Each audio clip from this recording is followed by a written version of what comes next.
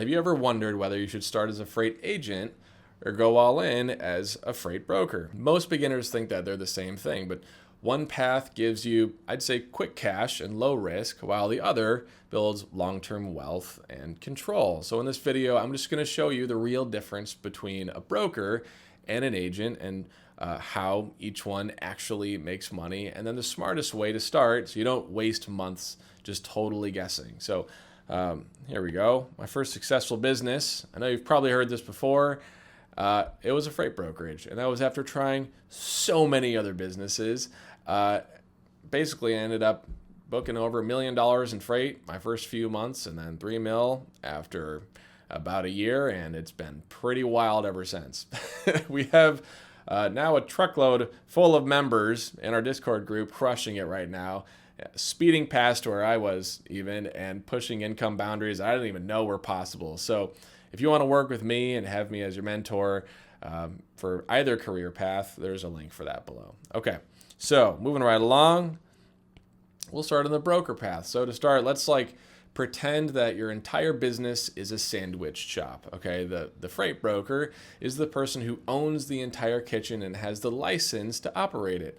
A broker is the one who has to get the government license, like the MC number, and put up the big surety bond. Okay, they're the person or company who carries all the legal liability, because the broker, they're the boss. Okay, they're responsible for everything. They have to invoice the shipper, they have to pay the carriers for booking, they have the compliance to worry about and deal with any claims and problems. They make 100% of the profit in their company, but they also foot 100% of the risk. So this sounds like a terrifying amount of upfront costs and paperwork, and it makes you feel like you need an accounting degree just to start, which you don't, and it's not as expensive as you think it is. But here's the payoff. The broker keeps the entire profit after paying the carrier. So when a customer pays $10 for a sandwich, the broker keeps all of the profit after the ingredients are paid for. So they own the entire operation. So now let's look at the freight agent side.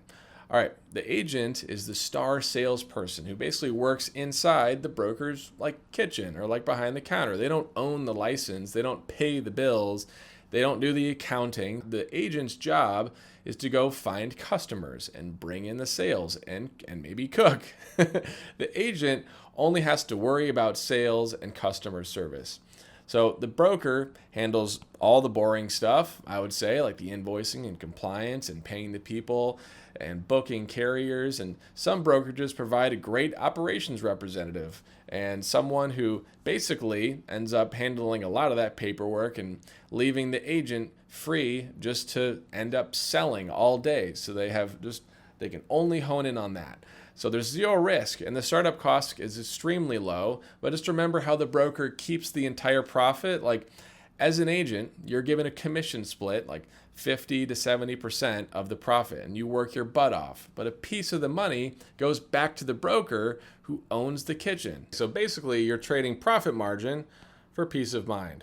Okay, so here's the simple breakdown of what this means for you and what it means for your money and your life. The broker is building a business, and the agent is building a job. So here we go. Here's an example. Let's look at a real earnings potential example here. So even with an operations rep helping you with paperwork on the back end, your income is tied to your personal sales. So you make good money, but your income, it hits a ceiling because you only have two hands, okay?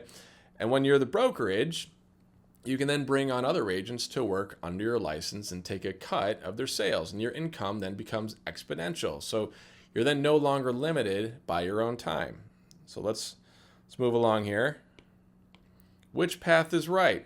All right, the agent path is perfect if you need fast cash and hate paperwork and you only want to focus on sales. Okay, this path is for those who need faster cash flow. All right, so let's uncover a couple of these. The broker path is for the true business owner. Okay, you keep 100% of the margin because you take on all the risk and you get to keep all of the reward. Every customer that you find adds equity to your company, and you can then scale indefinitely. And this means 100% of the profit, like I said, goes to you, but you must handle 100% of the risk and paperwork. So the smartest beginner strategy is a 3-step funnel, okay? You can start as an agent to learn the sales game and use someone else's license and risk. 2, build proven customers and a solid income stream. And then number 3, get your broker license, cut out the middleman, and instantly keep all the profit to yourself. The agent path is the training, and the broker path is kind of how you scale. So now you know the absolute truth. The agent path is a high-paying job, and the broker path is how you build a real, valuable company. So let's keep moving along here. You can read that. You can pause the screen if you want. The broker path, it gives you higher margin, but it requires more work. And the agent path gives you faster income, but less responsibility.